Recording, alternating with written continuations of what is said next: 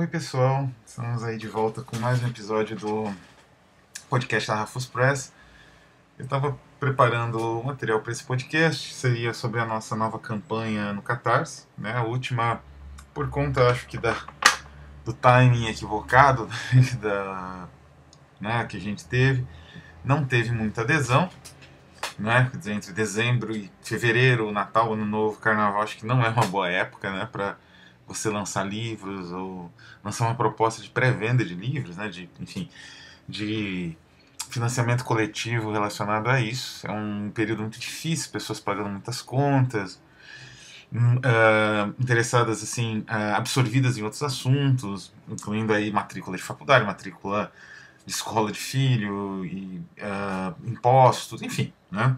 Não é, mas a experiência ensina, então, na próxima vez a gente tenta, nós vamos sempre continuar, né, com essa nossa política de um mês e meio, fazer novos financiamentos coletivos. A Half Express está funcionando relativamente bem, né, tentando aí sobreviver.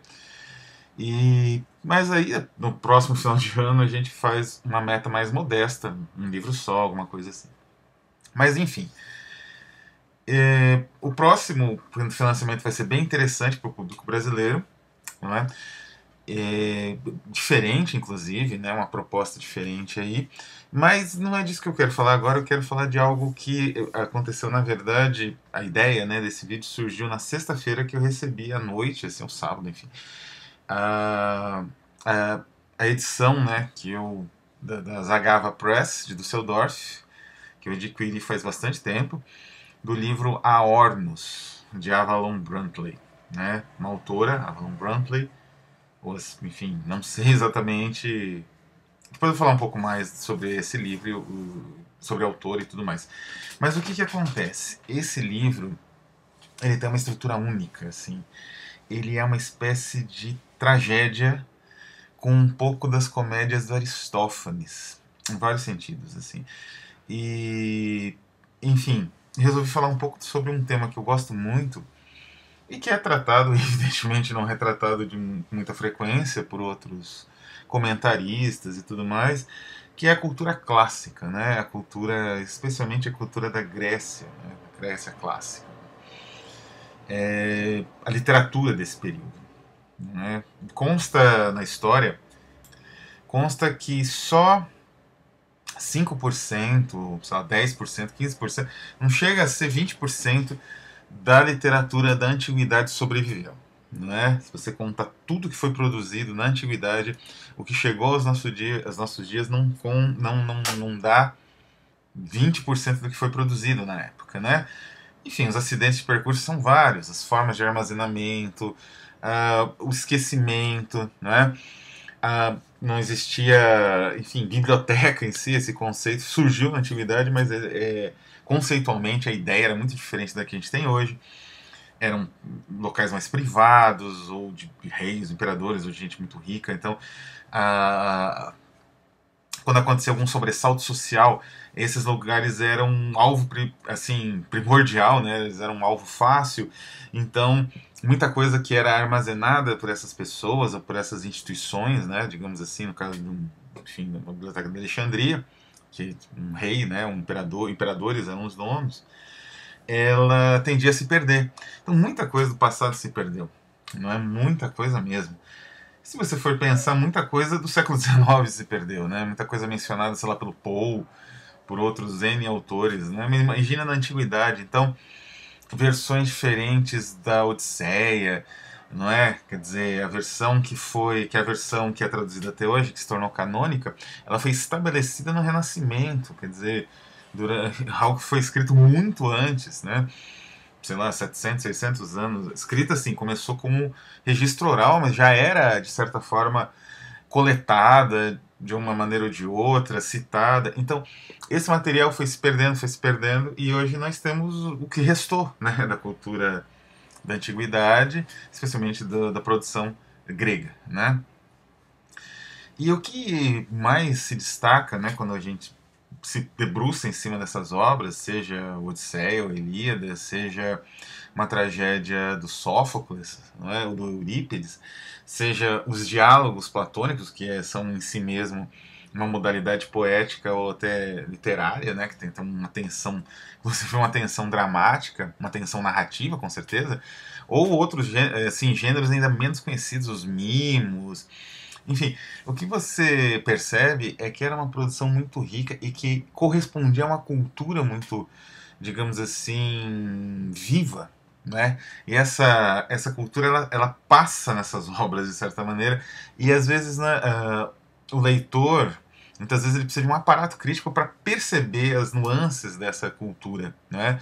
Então, por exemplo, a tragédia ela se, digamos assim, ela se estrutura numa ideia muito clara, ritualística, e ela tem uma função de purgação, não só de purgação, uma função também, digamos assim, pedagógica, uma função de compreensão da realidade que é bastante complexa, né? Porque são valores, formas de compreensão do mundo que nós não, embora nós de certa forma tenhamos herdado uma parte dessa complexa estrutura cultural, ela não vem inteira. Ela veio com pedaços faltando ou pedaços completados por outros, né? Por outras culturas, outras visões de mundo e tudo mais. Então, quer dizer, aquilo que o conservador fala de cultura greco, como é que se diz? Da antiguidade cristã, ou essa mistura de antiguidade greco-romana com cristianismo, isso não funciona. Eram visões muito diferentes, né? A antiguidade grega e romana existia o paganismo e uma concepção de vida no mundo, né, de existência no mundo muito diferente daquela do cristianismo, não é? Então o que acontece? Nós absorvemos isso meio que de uma forma truncada. E essa absorção truncada faz com que a gente perca algumas coisas, a não ser que a gente tenha um aparato crítico. Não é? E o que é curioso, essa é quase uma tradução, né, pelo paratexto daquele material. Então, por exemplo, a ideia de destino. A ideia de destino é muito difícil né, para uma pessoa nos dias de hoje, vamos dizer assim. A ideia de destino das tragédias soa muito estranha e em geral existem adaptações para essa ideia funcionar, inclusive nas versões mais novas das peças. A ideia de hubris mesmo, a ideia, né, que não é muito compreendida, ou de catarse. Então a tragédia ela sobrevive num outro universo. É muito interessante isso, né? Aquela cultura ela se perdeu, ela não só se perdeu, ela se transformou em algo que é muito diferente, né? Ela tem, como eu disse, né? Existe essas adaptações, esse sincretismo cultural que é usual na nossa existência, já existia na antiguidade, aliás, não é com outros povos ainda mais antigos, mas na nossa era, esse sincretismo cultural, talvez pela duração, né? Ele tende a parecer invisível e parecer que toda a antiguidade, aquilo que vem antes da Idade Média, tinha uma certa proximidade, que não é verdade, né? Ou pelo menos tinha uma certa identidade, né? O que piorou. Mas assim, então existe essa adaptação. E quando eu penso nessa adaptação, nessa maneira como nós, né, absorvemos um Édipo Rei hoje, não é? Com raras exceções, né, como as adaptações do Pasolini, ou então os filmes do Michael, né, acho que deve ser assim, Cocoyanis, né, Cacoyanis, Cacoyanis, que fez várias adaptações da tragédia grega, como, por exemplo, da Electra, da Efigênia, enfim. Essas obras, elas até são raras, né?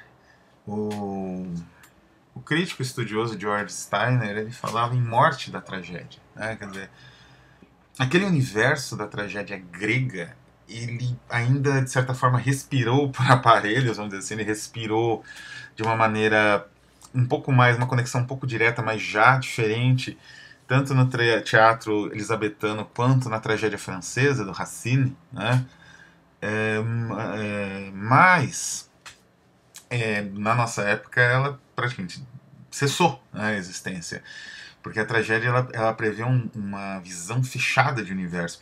O poema épico é um outro tipo de narrativa que também é difícil de você evocar de novo, não é?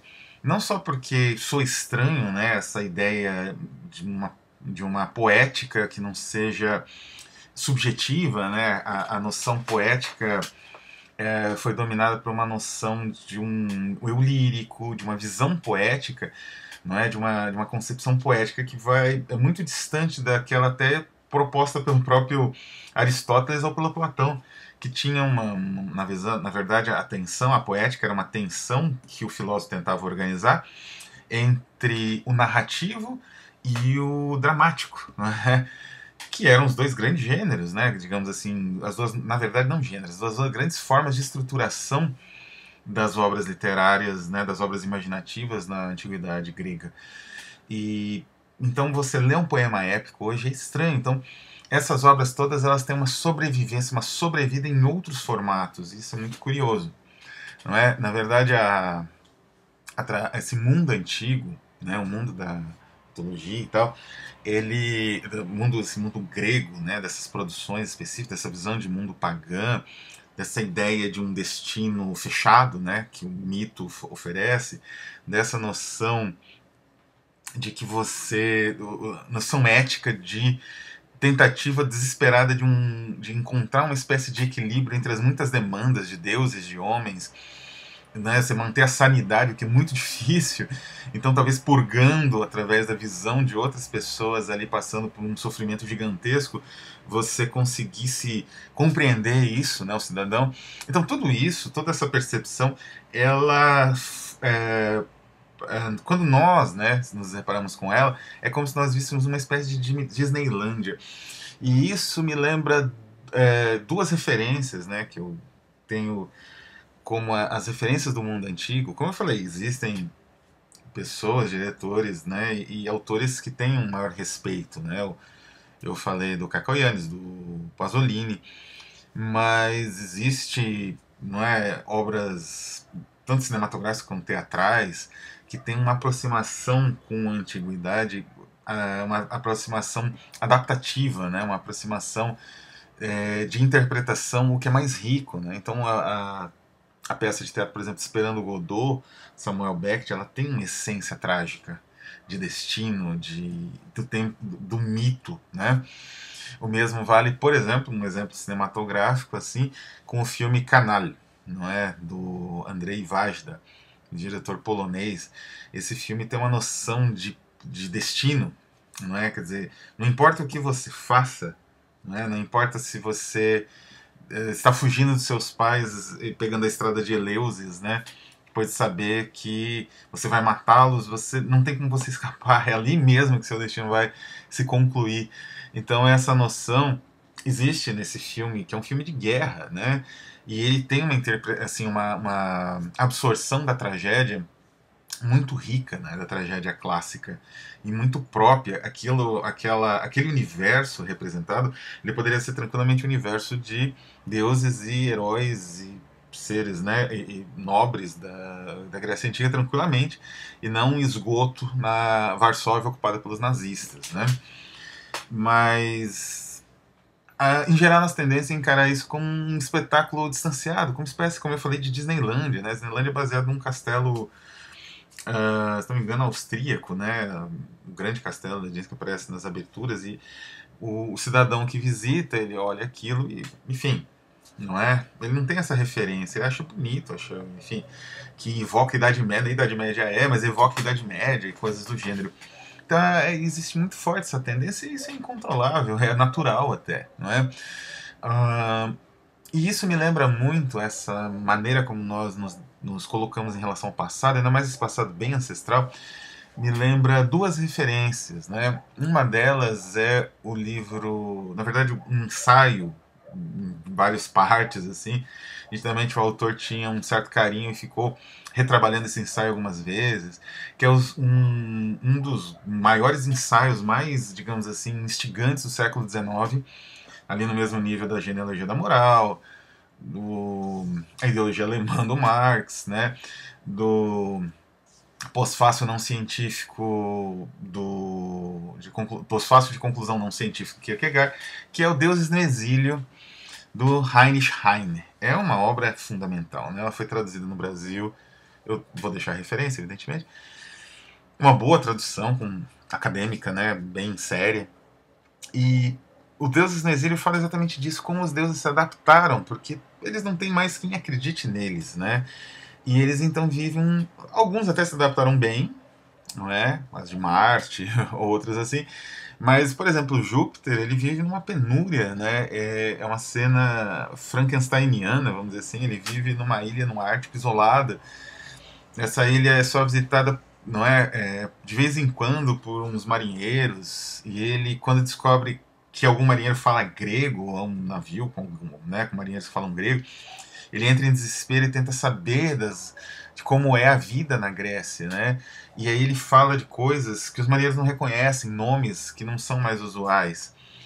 Então é um destino triste, ao mesmo tempo irônico e trágico, assim, não é? Quer dizer, esse é o destino da antiguidade no nosso mundo. E a outra referência que eu tenho essa é um edifício, né? Um edifício construído pelo grande arquiteto barroco inglês, o Hawksmoor, né? Nicholas Hawksmoor, que se chama St. George in the East. St. George in the East faz parte de uma série de catedrais, acho que são 6 catedrais, que o Hawksmoor construiu, né, na Inglaterra, ele projetou, né, e são espetaculares, né. Eu visitei algumas pessoalmente, inclusive a de Spitalfields, que é famosa pelo Jack Stripador e pelas interpretações como o do Inferno da Alan Moore.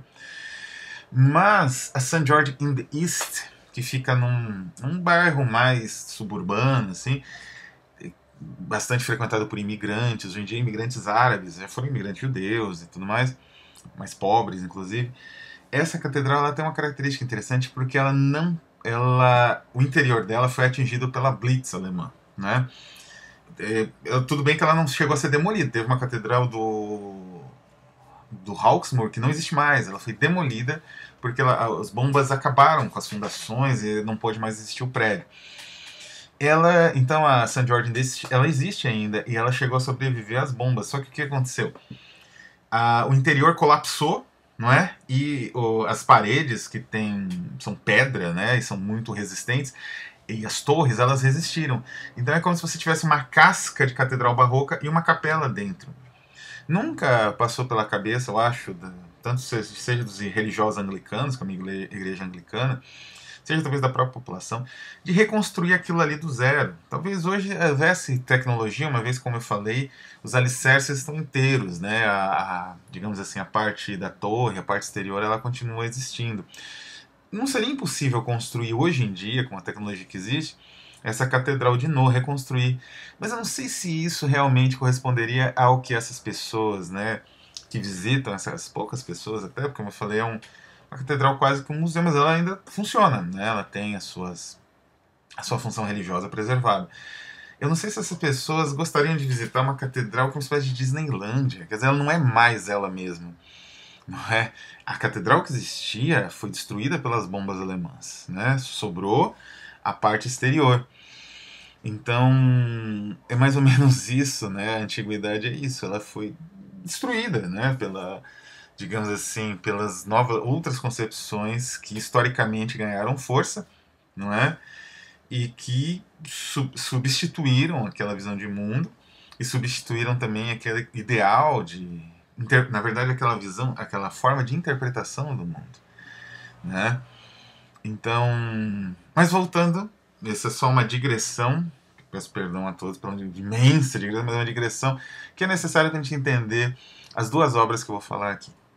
A primeira obra, como eu disse, é a Ormus, de Avalon Brantley. Avalon Brantley é uma autora, talvez, não sei a identidade. Ela se matou alguns anos atrás, basicamente uns 4 ou 5 anos depois do nascimento desse livro. E ela estava, enfim, mergulhou nesse universo um pouco clandestino, que eu já mencionei várias vezes, dos cenáculos neodecadentistas, né? E de uma literatura neo-ocultista que são frequentes na Europa, Estados Unidos, giram em torno de autores assim, que cultuam certa obscuridade, não são necessariamente obscuros, como é o Thomas Ligotti, né, o fórum dele, um fórum de internet, não é uma rede social, é um fórum, congrega muitos desses, né, autores, esse cenáculo, né, leitores também. E você tem um fenômeno muito interessante, eu estou tentando pesquisar mais, e, enfim, tem um espaço na universidade para fazer uma pesquisa acadêmica sobre isso, possa ser publicada e esteja ao alcance de todos, dessa tendência, né, internacional, né, desse cenáculo amplificado, cenáculo decadentista amplificado, que são essas pessoas que têm um contato entre si, né? O leitor ele se aproxima muito do autor e do editor, e enfim, há uma influência muito grande também da música, tanto do do it yourself, dos punks, quanto de uma certa tendência enfim, do black metal, né? Dessas correntes do metal malditas que fazem, né, com que exista essa aproximação. Mas enfim, ela cometeu esse suicídio jovem, uma tragédia, enfim, evidentemente, porque é uma autora brilhante, ela tinha uma cultura gigantesca de literatura russa contemporânea, de vanguarda, estilo Klebinikov, até a literatura grega, passando pela literatura ocultista do início do século, enfim, né, do início do século XX, era uma autora com uma amplitude cultural muito grande, e o Aornos, eu acho, é uma das obras-primas dela, né? Ela escreveu, eu tive algum contato, fiz uma entrevista, né, com ela, tive algum contato durante a produção do Booklore, que eu fui um dos editores. Eu, na verdade, fui o editor, né, mas enfim. E o Aornos eu ainda considero uma obra-prima, né, dela. Assim, é o melhor livro. É um livro curto, é uma peça de teatro. Tem aí em torno de 60 páginas, 57 na verdade. E é brilhante a maneira como ela estruturou essa tragédia sobre o foco, né? Até o nome diz, o Aornos, o Avernus, né?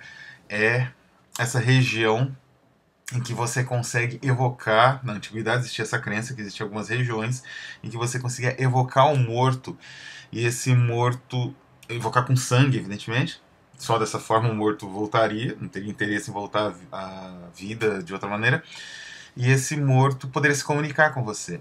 Isso existe em várias. Também acho que na Odisseia tem uma passagem, existe em alguns momentos, se não me engano, até nas Hans, né, em algumas comédias. Era uma visão disseminada. E esse lugar é o Aornos, o Avernus, enfim, né, tem. Na introdução do livro, mais ou menos, tem uma página só, tem um comentário da autora sobre essa questão etimológica da palavra Aornos, né?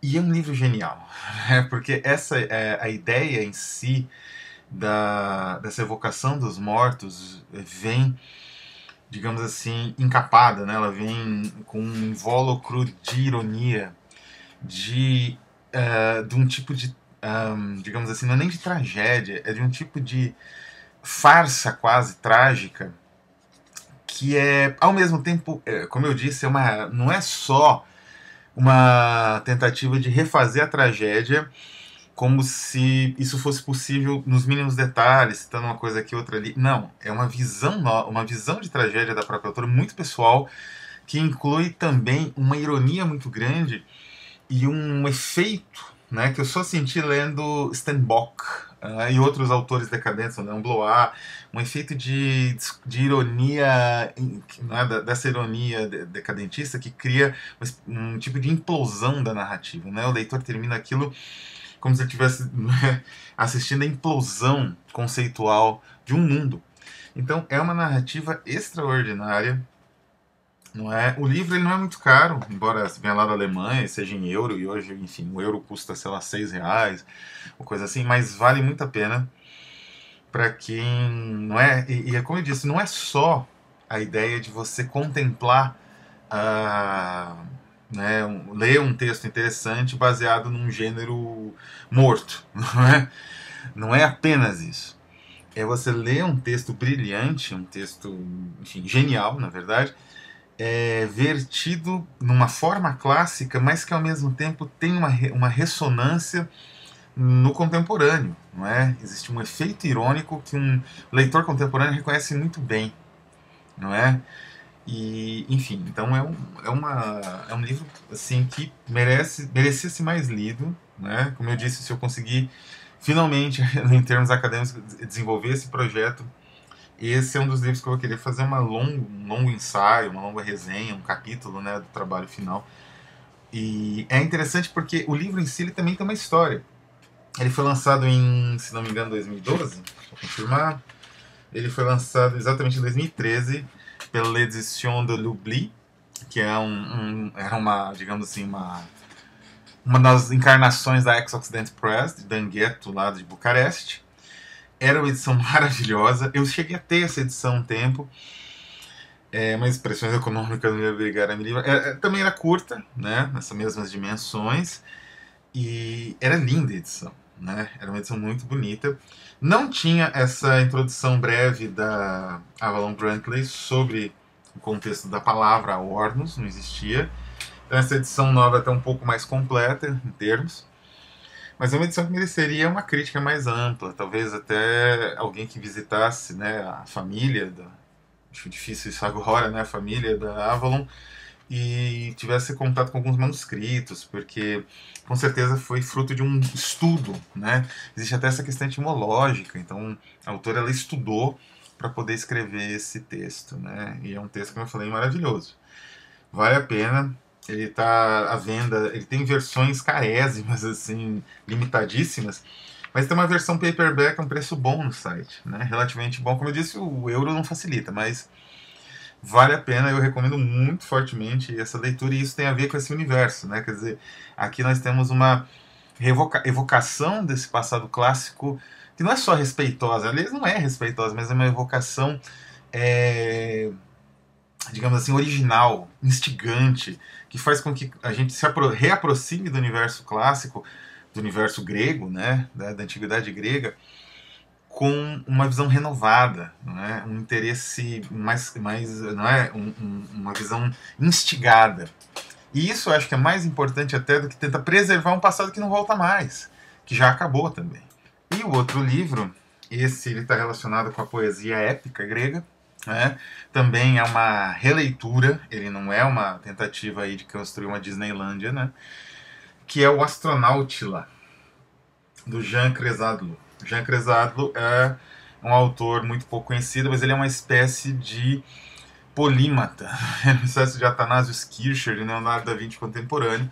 Ele tem uma produção bem considerável em tcheco, ele é na República Tcheca, e pouquíssimo traduzido fora da Tchecoslováquia, mas essa obra eu precisei ir atrás. Né? Eu fiquei sabendo dela inicialmente no livro Booklore, que eu, como eu falei, eu editei, né, junto com o Jonas Plugger, lá de Düsseldorf, eu daqui, ele de lá, e um dos meus amigos, né, que mandou o texto, que é o Andrew Kondus, que é um grande colecionador de livros, um conhecedor muito profundo de edições diferentes e tal, ele faz o texto dele, que era o Booklore, era um texto sobre cada livro que tem te marcado de uma forma ou de outra.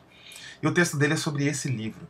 E é um texto tão genial também, do Kondus, que eu corri atrás. Eu falei, eu tenho que conseguir esse livro. Consegui contato com o filho do Cresado, que é falecido, e consegui o livro.